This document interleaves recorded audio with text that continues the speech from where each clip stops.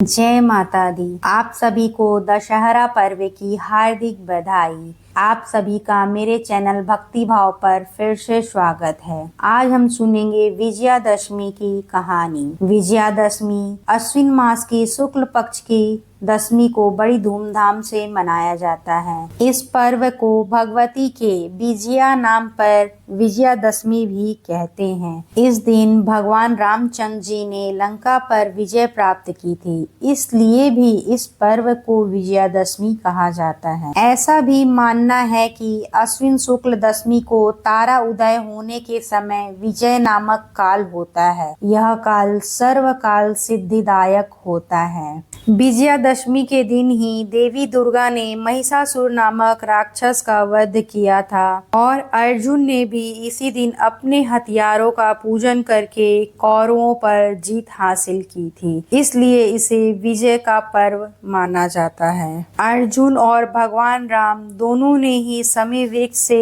अपने हथियार उठाए थे, इसलिए इस दिन शमी वृक्ष का पूजन किया जाता है। ऐसा माना जाता है कि दशहरे के दिन शमी वृक्ष ने भगवान राम की विजय का उद्घोष किया था। इस दिन ब्राह्मण सरस्वती पूजन, क्षत्रिय शस्त्र पूजन तथा वैश्य वही पूजन करते हैं। अब हम सब सुनेंगे विजयादशमी की कथा।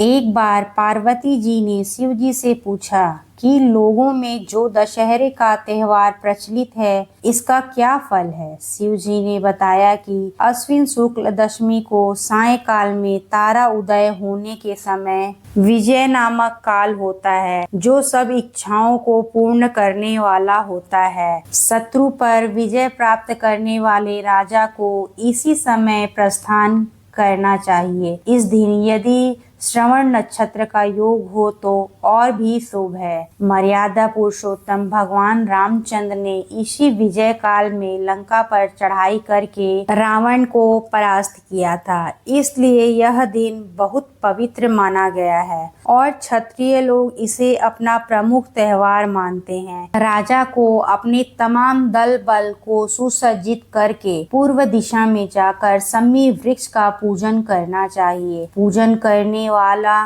शमी के सामने खड़ा होकर इस प्रकार ध्यान करे कि हे शमी, तू सब पापों को नष्ट करने वाला है और शत्रुओं को भी पराजय देने वाला है। तूने अर्जुन का धनुष धारण किया और रामचंद्र जी से प्रिय वाणी कही। पार्वती जी बोली, शमी वृक्ष ने अर्जुन का धनुष कब और किस कारण धारण किया था तथा रामचंद्र जी से कब और कैसी प्रिय वाणी कही थी, सो कृपा करके समझाइए। शिव जी ने उत्तर दिया, दुर्योधन ने पांडव को जुए में हराकर इस शर्त पर वनवास दिया था कि वे 12 वर्ष तक प्रकट रूप में वन में जहाँ चाहे फिरे, किंतु 1 वर्ष अज्ञातवास में रहे। यदि इस वर्ष में उन्हें कोई पहचान लेगा तो उन्हें 12 वर्ष और भी वनवास भोगना पड़ेगा। उस अज्ञातवास के समय अर्जुन अपना धनुष बाण एक शमी वृक्ष पर रखकर राजा विराट के यहाँ वृहनल्ला के वेश में रह रहे थे।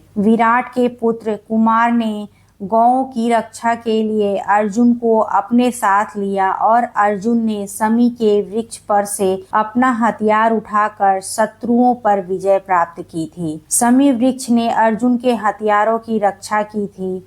विजयादशमी के दिन रामचंद्र जी ने लंका पर चढ़ाई करने के लिए प्रस्थान करने के समय शमी वृक्ष से कहा था कि आपकी विजय होगी, इसलिए विजय काल में शमी वृक्ष की भी पूजा होती है। एक बार राजा युधिष्ठिर के पूछने पर श्री कृष्ण ने भी उन्हें बतलाया कि हे राजन, विजयादशमी के दिन राजा को स्वयं अलंकृत होकर अपने दासों और हाथी घोड़ों का श्रृंगार करना चाहिए तथा गाजे बाजे के साथ मंगलाचार करना चाहिए। उसे उस दिन अपने पुरोहित को साथ लेकर पूर्व दिशा में प्रस्थान करके अपनी सीमा से बाहर जाना चाहिए और वहां वास्तु पूजा करके अष्ट दिग्पालों तथा पार्थ देवता की वैदिक मंत्रों से पूजा करनी चाहिए। शत्रु की मूर्ति अथवा पुतला बनाकर उसकी छाती में बाण लगाएं और पुरोहित वेद मंत्रों का उच्चारण करे।